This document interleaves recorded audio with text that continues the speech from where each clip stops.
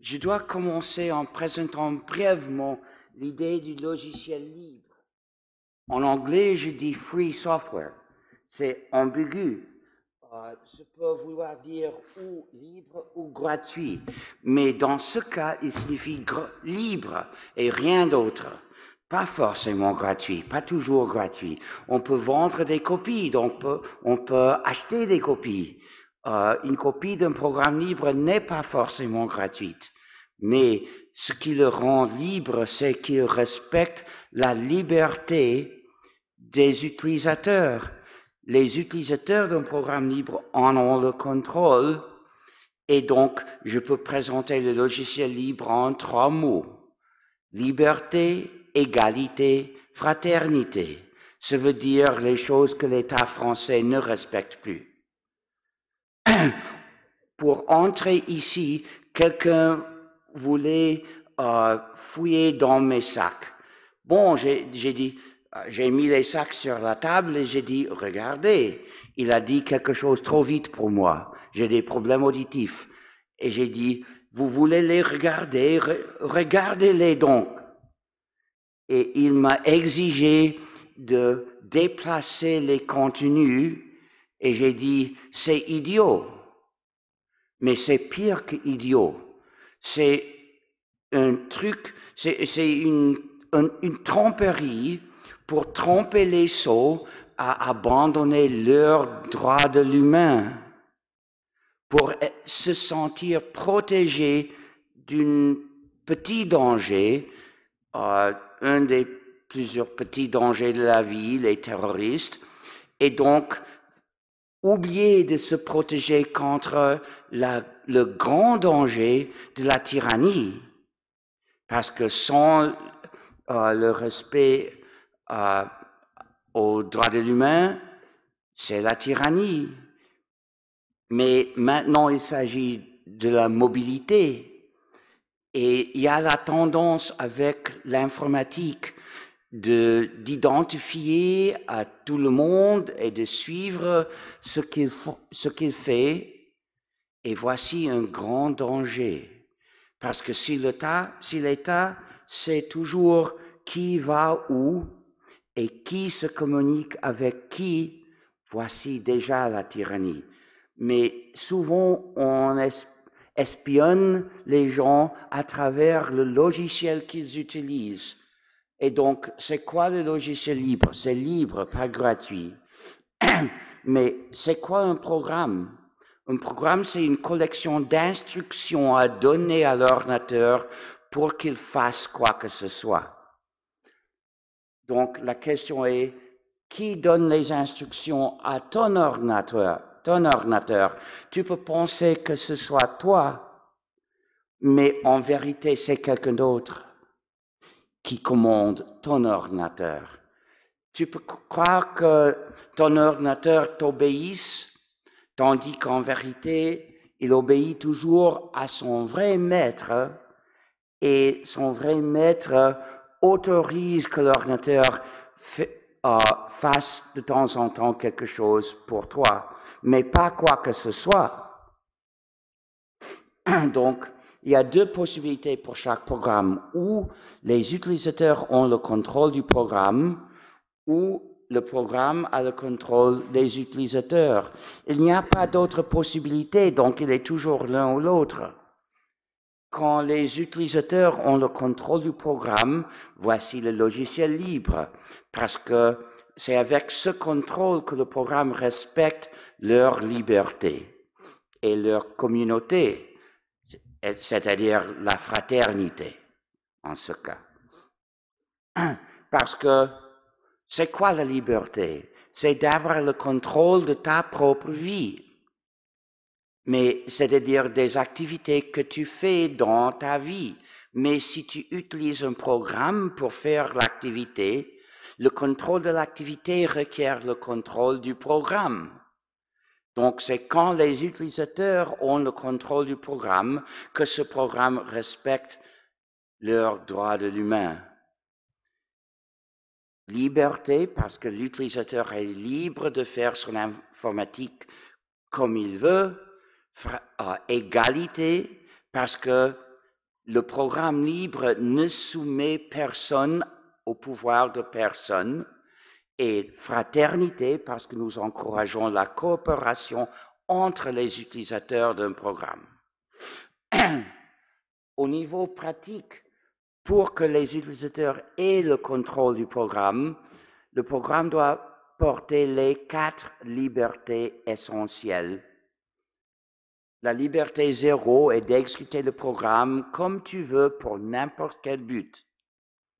La liberté 1 est d'étudier le code source du programme pour le changer, pour qu'il fasse tes activités informatiques comme tu veux. Et pour faire ça, il faut l'accès au code source. Parce que le code source, on peut comprendre si on sait programmer, mais le code exécutable qui tourne vraiment dans la machine est presque incompréhensible même aux programmeurs. Surtout si le programme est un peu plus grand. Je ne comprends pas le changement de couleur, mais ça va. Donc, si le programme exécutable contient beaucoup d'1 et de 0, même le programmeur le trouve presque impossible à comprendre et même pire à changer. Donc, pour que la liberté numéro 1 soit vraie, l'utilisateur a besoin du code source du programme. Ces deux libertés fournissent ensemble le contrôle par séparé. Ça veut dire que chaque utilisateur a le contrôle de ses copies, mais sans collaborer. Mais ce ne suffit pas. C'est essentiel, mais ne suffit pas parce que la grande majorité d'utilisateurs ne savent pas programmer. Ils font d'autres choses dans la vie. Il y a beaucoup de choses intéressantes et importantes à faire dans la vie. Je ne crois pas que tout le monde soit censé de savoir programmer. Mais eux méritent néanmoins le contrôle de son informatique, des programmes donc, qui font leur informatique. Comment est-ce qu'ils peuvent l'exercer par le contrôle collectif du programme? Ça veut dire la liberté de collaborer avec des autres pour faire les changements désirés. Et donc, dans un groupe, il faut au moins un programmeur, mais des autres dans le groupe peuvent être des non-programmeurs, mais ils décident ensemble les changements à faire. Donc, même les membres qui ne savent pas programmer participent dans l'exercice du contrôle du programme. Et ceux qui collaborent sont ceux qui veulent collaborer. Voilà d'autres utilisateurs qui ne participent pas dans ce groupe. S'ils veulent participer, si tous les 5 veulent collaborer, ils peuvent. Le contrôle collectif requiert 2 autres libertés essentielles. La liberté 2 est de faire des copies exactes pour les donner ou vendre aux autres quand tu veux. Et la liberté 3 est de faire des copies de tes versions modifiées pour les donner ou vendre aux autres quand tu veux. Avec ces 2 libertés, le groupe peut fonctionner. C'est curieux. En tout cas, si un membre du groupe fait une version modifiée, par la liberté 3, il peut en distribuer des copies aux autres dans le groupe qui, avec leur liberté numéro 2, peuvent en faire d'autres copies pour distribuer aux autres, mais les libertés ne sont pas limitées à un seul groupe. C'est la liberté de donner des copies aux autres, à n'importe qui, même de donner des copies au grand public, c'est-à-dire de publier cette version. N'importe qui est libre de le faire. Et comme ça, donc, les utilisateurs peuvent exercer le contrôle comme n'importe quel groupe. Et donc, les utilisateurs ont le contrôle par séparé et collectivement de ce programme. Et c'est donc du logiciel libre. Mais si une de ces libertés manque ou est incomplète, en ce cas, les utilisateurs n'ont pas le contrôle du programme, mais Au contraire, c'est le programme qui a le contrôle des utilisateurs et le propriétaire qui a le contrôle du programme. Donc ce programme, pour ne pas être libre, est un instrument du pouvoir injuste de quelqu'un, ça veut dire le propriétaire, sur les autres, les utilisateurs de ce programme. C'est pour ça que n'importe quel programme de ne pas être libre est une injustice. Il crée un système de pouvoir injuste. Il faut ne pas y avoir de logiciel privateur et pour protéger ta liberté, ce qu'il te faut est de refuser d'utiliser les programmes privateurs parce que chaque programme privateur, ça veut dire pas libre, prive de la liberté à ceux qui l'utilisent. Donc, voici l'injustice de base d'un programme privateur. Mais d'habitude, ils font d'autres injustices parce que les propriétaires sont conscients de leur pouvoir. Donc, ils ressentent toujours la tentation d'exercer ce pouvoir de manière abusive en introduisant des fonctionnalités malveillantes dans leur programme.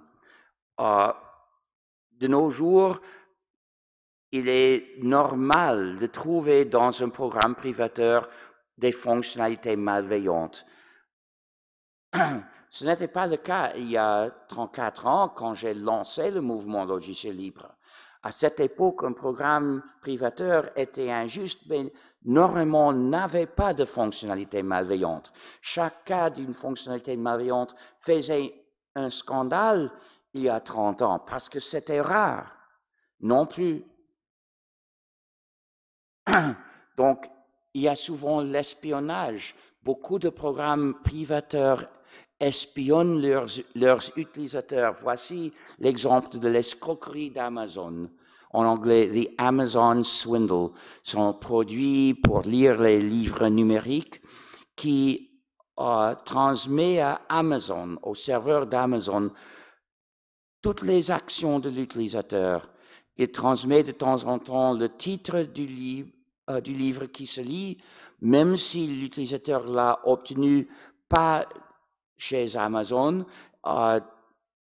Amazon sait qu'il lit ce livre et aussi le numéro de la page qu'il lit, mais aussi si l'utilisateur souligne du texte transmis à Amazon, s'il entre des notes transmises à Amazon. C'est l'espionnage orwellien de la lecture. Mais l'espionnage est très commun. Tous les systèmes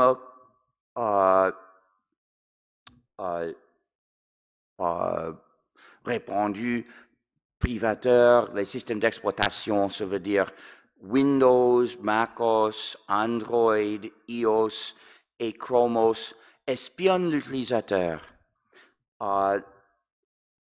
Normalement, les dernières versions exigent que l'utilisateur ouvre un compte chez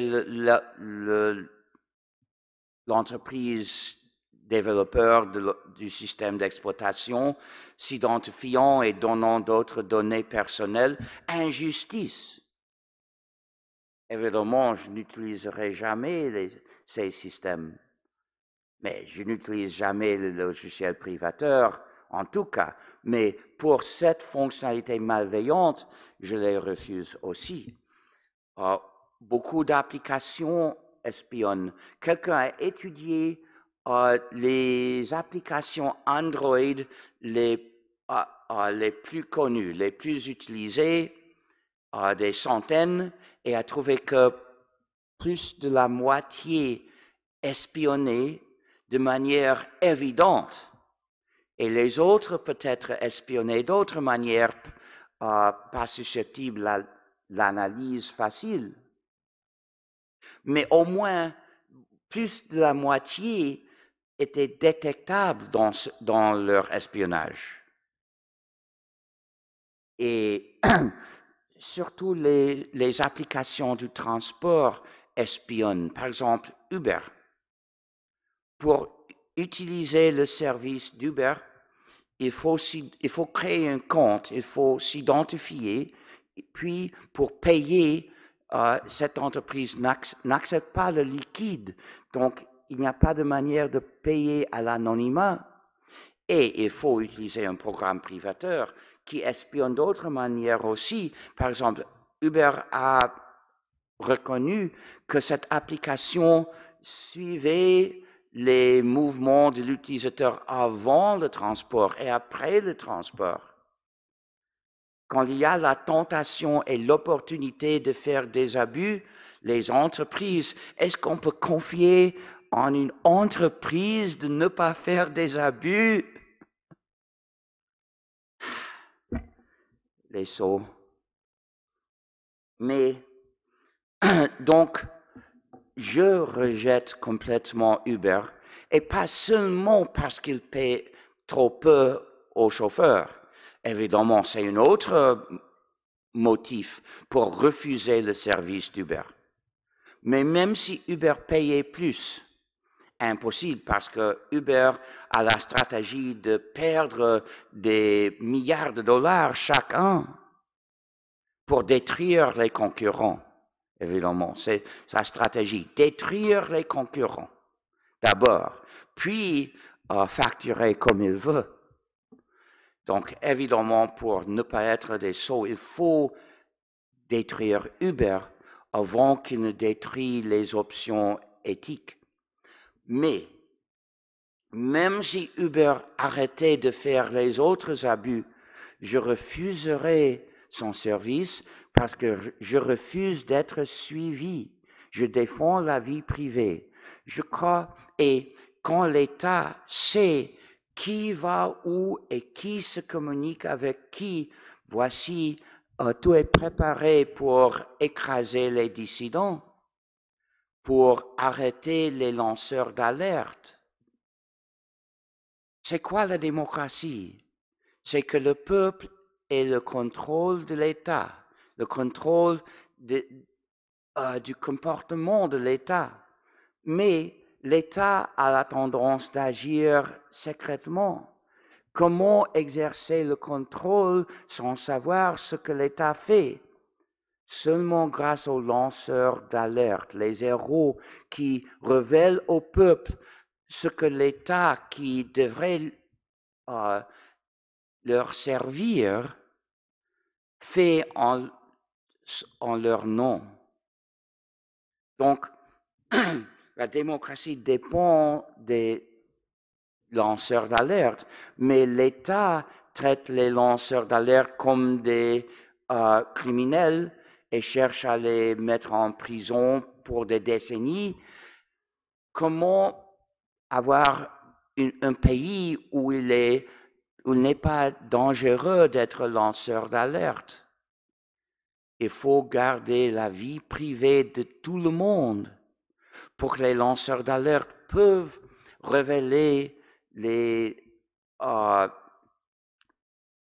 secrets injustes de l'État au peuple, aux maîtres supposés de l'État, sans être identifiés. Et donc, le suivi de tout le monde est très utile pour la tyrannie, et le suivi des communications est très utile. Mais ici, il s'agit de la mobilité. Il faut préserver la mobilité anonyme. Tous les systèmes de transport public doivent maintenir l'option de l'anonymat. Il y a 2 jours, je suis arrivé à Rennes et j'ai vu avec horreur que celui qui me loge, qui m'a apporté à une boutique, devait entrer le numéro de sa matriculée pour stationner la voiture. Je lui ai dit, ne le fais pas, dépose-moi ici, circule pour 5 minutes. Ne te fais violer. Mais il le il l'a fait. Donc, j'ai écrit sur le parcomètre flicage égale injustice. Je devais le faire parce que je voulais appeler les autres à le faire. Je dois aller premier où j'invite aux autres, où je propose aux autres d'aller, parce qu'il faut un mouvement très fort pour protéger l'anonymat. Ce système a été choisi pour des raisons secondaires. Il a des avantages, mais pas aussi importants que la vie privée, surtout dans la mobilité. J'ai proposé des manières d'offrir l'option anonyme sans changement de parcomètre, uniquement le logiciel devrait être changé. J'espère que ça ait lieu, mais avec un fort mouvement pour l'anonymat, la probabilité de le faire s'augmente. Donc c'est à vous d'exiger le changement. Mais il y a d'autres injustices. Il y a des produits qui transmettent les données personnelles aux fabricants, comme le Fitbit. Son but est d'accumuler des données personnelles, mais au lieu de les offrir direct à l'utilisateur, ce qui serait juste, il le transmet aux fabricants qui offrent de les vendre à la personne de laquelle ils sont les données. Ou peut-être il faut les appeler les prises en lieu de les donner. Il y a aussi les portes dérobées. L'escroquerie d'Amazon contient une porte dérobée pour supprimer à distance les livres. Nous le savons par l'observation, parce qu'en 2009, Amazon a supprimé un jour des milliers de copies d'un livre dans un grand acte orwellien. Et c'était quel livre? C'était 1984 de George Orwell, comme si c'était pour nous démontrer la menace de cette porte dérobée. Mais dans une voiture sans chauffeur, qui se conduit peut-être soi-même, peut-être par contrôle à distance, parce qu'ils sont en train de développer les systèmes de regarder tout autour de la voiture et d'exercer le contrôle à distance des mouvements de la voiture. Ce n'est pas une voiture autonome. Non, bien sûr que non. C'est une voiture espionne sous contrôle à distance. Et en entrant, le texte ne se voit pas. L'idée, c'est que l'usager dit, apportez-moi chez mon frère, et quelqu'un d'autre envoie la commande de le transporter à la base de la police secrète, la base de torture, et il sera utilisé comme ça. Parce qu'il y a des pays où nous savons qu'ils font ça, comme la Chine, les États-Unis. En France, je ne sais pas, mais est-ce que vous pouvez être certain qu'il ne soit pas utilisé comme ça en France? Je ne me confierai jamais d'une voiture connectée, parce que une voiture connectée est une voiture espion.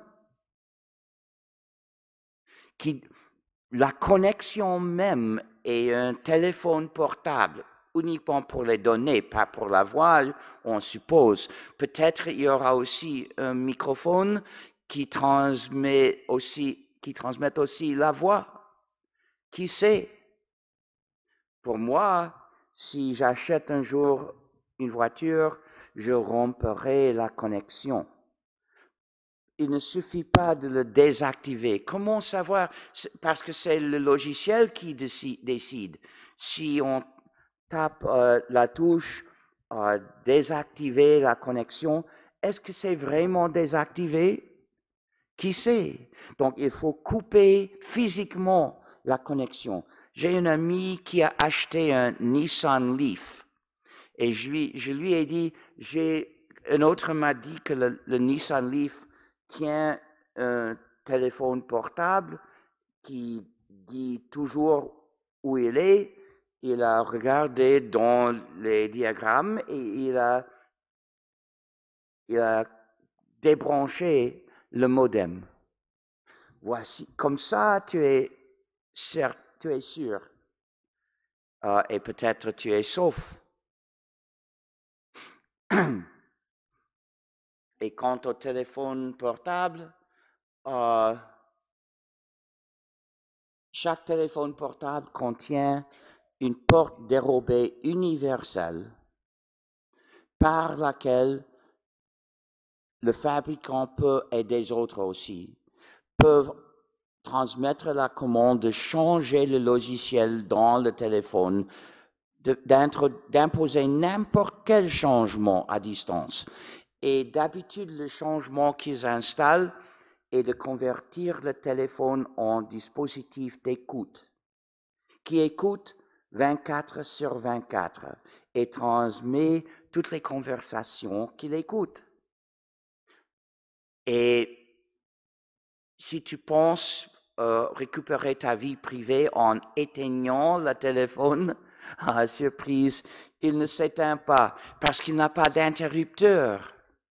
Seulement une touche pour lui proposer de s'éteindre. Mais une fois converti en dispositif d'écoute, il ne s'éteint jamais. Mais plutôt, il fait semblant de s'éteindre en continuant d'écouter et transmettre. Donc, j'espère que vous compreniez maintenant que le logiciel pas libre est très très dangereux et vous expose à des menaces, à des injustices, parce qu'il est injuste en soi. On ne peut jamais se confier rationnellement d'un programme privateur parce qu'on sait que c'est le propriétaire qui en a le contrôle et pas les utilisateurs. Et donc, le propriétaire ressent toujours la tentation d'y mettre des fonctionnalités malveillantes pour gagner plus d'argent. Autre chose intéressante, ces fonctionnalités malveillantes sont installées d'habitude pour le gain, mais l'entreprise ne peut pas résister quand les États exigent de les utiliser pour leur but. Par exemple, Apple a fabriqué l'iPhone avec la censure des applications. Apple s'est doté de ce pouvoir sur les utilisateurs. L'utilisateur ne peut pas installer librement les applications dans un iPhone ni dans un iPad parce que Apple a le contrôle. Et Apple pratiquait cette censure selon ses intérêts commerciaux et selon ses idées politiques, arbitrairement, jusqu'à l'année dernière, quand la Chine a commandé à Apple de bloquer l'installation des applications VPN, réseau privé virtuel. Et Apple se trouvait obligé d'obéir. Apple ne peut plus exercer la censure arbitrairement. Apple est obligé de censurer pour les États, seulement parce que Apple s'est doté de ce pouvoir. Donc, les injustices commerciales magnifient les injustices des États. Mais évidemment, un système d'exploitation libre ne censure pas ce que l'utilisateur veut installer. Donc, si tu utilises du logiciel privateur, c'est presque sûr que tu utilises du maliciel privateur. Parce que le maliciel est le cas usuel chez le logiciel privateur d'aujourd'hui. Et donc, normalement, théoriquement, qu'un programme est libre ou pas et que le programme est honnête ou du maliciel sont deux questions indépendantes. Parce que d'être libre ou privateur est une question de comment le programme est distribué ou offert aux utilisateurs, tandis que le choix de maliciel ou honnête s'agit de que fait le code. Donc indépendant en principe, mais en pratique corrélé, parce que le logiciel privateur est presque toujours du maliciel et le logiciel libre presque jamais, parce que les contributeurs au logiciel libre n'exercent pas de contrôle, de pouvoir sur les utilisateurs, et nous le savons. Nous ne sommes pas corrompus parce que nous n'avons pas de pouvoir. Nous sommes protégés de la corruption par l'absence de pouvoir. Donc, l'utilisation d'un programme privateur requiert la fait aveugle aux développeurs. Il n'y a pas de manière d'analyser le code source que les utilisateurs n'ont pas pour savoir si le programme est du maliciel. Donc, il reste uniquement la foi aveugle. Et souvent, la foi en une entreprise qui a déjà démontré qu'elle ne mérite pas cette foi. Mais elle t'invite à te confier aveuglement d'elle malgré tout. Mais chez le logiciel libre, il y a une base rationnelle de confiance. C'est qu'il y a une communauté d'utilisateurs de ce programme qui étudie de temps en temps le code source pour faire des changements, pour corriger quelques erreurs, mais en le faisant, ils ont aussi l'opportunité d'analyser une portion du code source pour voir s'il y a quelque chose de malveillant et de le corriger. Voici la seule défense connue contre le maliciel. Ce n'est pas parfait, ce n'est pas une garantie, mais c'est beaucoup meilleur que d'être sans défense, comme les utilisateurs du privateur, qui restent au merci du propriétaire toujours. Donc, il faut ne pas utiliser du logiciel privateur, mais il faut nous organiser pour remplacer systématiquement le logiciel privateur.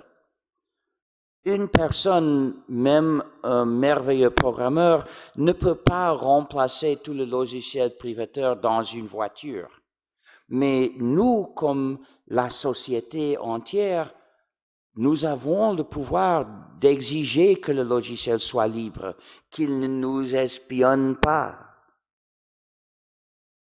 Mais au moins, il faut exiger que la voiture ne garde pas ses mouvements, ne transmette pas ses mouvements. Ce doit être illégal, interdit, comme avec de la pénalisation très forte. Et que les taxis sans chauffeur n'identifient pas leurs passagers ni par une carte, ni pour entrer le nom, ni pour des caméras ou la biométrique. Ce doit être le transport anonyme. Donc, j'ai développé le système d'exploitation GNU pour créer une manière d'utiliser l'ordinateur en liberté. J'ai commencé à 84. Ah, les dates manquent. Étrange, cette conversion. Parce qu'il y a dans cette image les années. Et donc, à 91, M. Torvalds a développé le noyau Linux qui a rempli la dernière vide dans le système GNU, faisant la combinaison GNU et Linux, qui est le système d'exploitation libre utilisé le plus souvent. Prêt de ne pas l'appeler Linux tout court, parce que ce serait d'attribuer notre grand travail à quelqu'un d'autre qui a commencé plus tard. Pas équitable envers nous. Je n'ai pas le temps pour tout ça, mais il faut noter que beaucoup de sites web transmettent du logiciel au navigateur de l'utilisateur. Et souvent, ce code est privateur. Nous avons développé un programme LibreJS pour analyser ces programmes, pour assurer qu'ils soient libres et pour bloquer l'exécution des programmes pas libres. Donc, il y a des sites web que nous ne pouvons pas utiliser parce que nous nous protégeons contre leur logiciel privateur. C'est notre choix de refuser leur logiciel privateur et le prix de notre liberté est de ne pas utiliser ces sites. Donc, celui qui gère un site web a l'obligation morale au peuple, aux visiteurs, de ne pas envoyer du code privateur au navigateur du visiteur.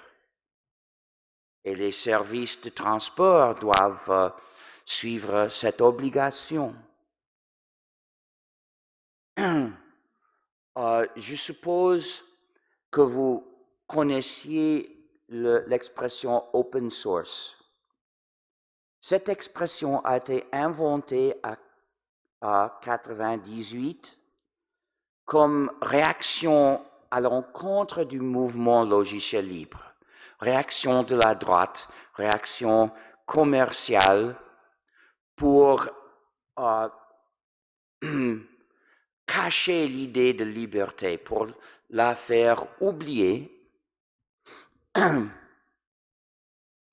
L'idée est d'inventer d'autres manières pour faire référence au même programme, mais sans poser aucune question morale ni de la justice ou injustice, de proposer ce que nous appelons respecter les droits de l'humain de l'utilisateur, de remplacer les droits de l'humain par une suggestion de mode de développement. C'est plus ou moins la même conduite dans le développement d'un programme. Les programmes qu'ils appellent open source sont, avec très peu d'exceptions, sont libres. Mais si on ne parle pas de la liberté, si l'on oublie les droits de l'humain, la société bientôt les oublie et comme ça, elle est prête à les perdre. Au long terme, il nous faut présenter les questions en termes des droits de l'humain pour rappeler aux autres que la question des droits de l'humain est importante. Donc, je vous prie de dire libre et jamais open source. Mais vous êtes libre d'exprimer les opinions, pas toutes les opinions. Il y a des opinions interdites en France par la censure politique. Mais dans ce champ, on est toujours libre d'exprimer l'opinion que ce soit. Si vous êtes d'accord avec l'opinion open source, vous avez le droit de le dire. Mais si vous valorisez les droits de l'humain, prêt de le montrer aux autres. Donc, c'est tout. Sauf pour des manières de nous aider, regardez gnu.org/help. Et en général, ce site offre des manières de nous aider.